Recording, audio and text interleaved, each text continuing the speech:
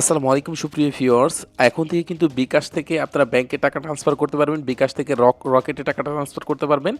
NPSB সিস্টেমটা ব্যবহার করে এটা কিন্তু চালু করেছে। আপনারা এটা ব্যবহার করার জন্য অবশ্যই বিকাশ অ্যাপটি আপডেট দিতে হবে এবং আপডেট দেওয়ার পর থেকে কিন্তু আপনার বিকাশ থেকে রকেটে টাকা ট্রান্সফার করতে পারবেন, নগদে টাকা ট্রান্সফার করতে পারবেন এবং যে কোনো ব্যাংক অ্যাকাউন্টে টাকা ট্রান্সফার করতে পারবেন মাত্র 8 টাকা 50 পয়সা ক্যাশ আউট চার্জে অথবা 8 টাকা 50 পয়সা কিন্তু খরচ হবে, যার জন্য আপনাকে বিকাশ অ্যাপসটা আপডেট করে নিতে হবে। দেন অ্যাপসে প্রবেশ করবেন, নিচের দিকে চলে আসবেন।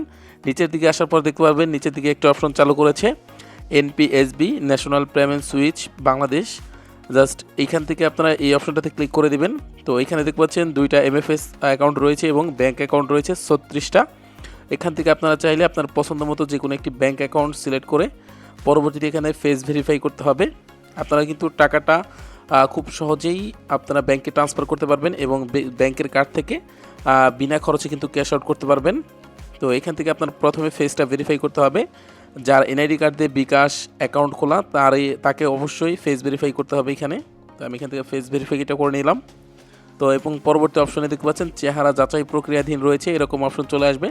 এখান থেকে আপনার চেহারাটা যদি ম্যাচ করে তাহলে কিন্তু দেখতে পাচ্ছেন আপনার ফেস ভেরিফাই করা হয়েছে সফলভাবে। পরবর্তী অপশনে ক্লিক করে দিবেন। এখান থেকে আপনার অ্যাকাউন্ট নাম্বারটা দিবেন, ব্যাঙ্ক অ্যাকাউন্ট নাম্বার। দেন এখান থেকে ব্যাংকের নামটা এখানে লিখে দিবেন।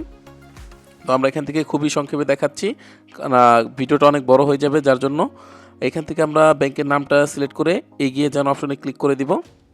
তো আপনাদের কিন্তু লাইভে টাকাটা ট্রান্সফার করে দেখাবো 8 টাকা 50 পয়সা খরচে।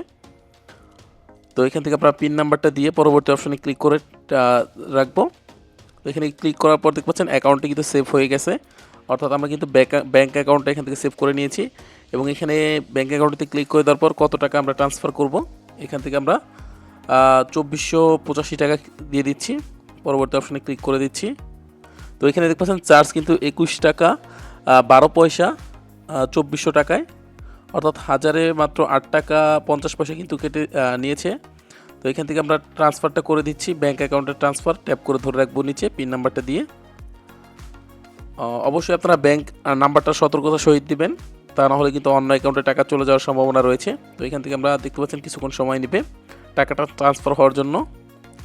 তো সেমভাবে কিন্তু বিকাশ থেকে আপনারা রকেটেও টাকাটা ট্রান্সফার করতে পারবেন।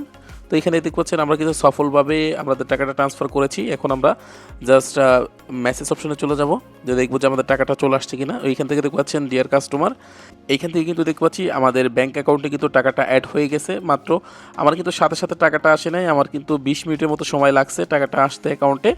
আমি ভাবছিলাম কোনো সমস্যা হয়েছে কি না, পরবর্তীতে কিন্তু অটোমেটিকলি আমাদের অ্যাকাউন্টে টাকাটা চলে আসছে।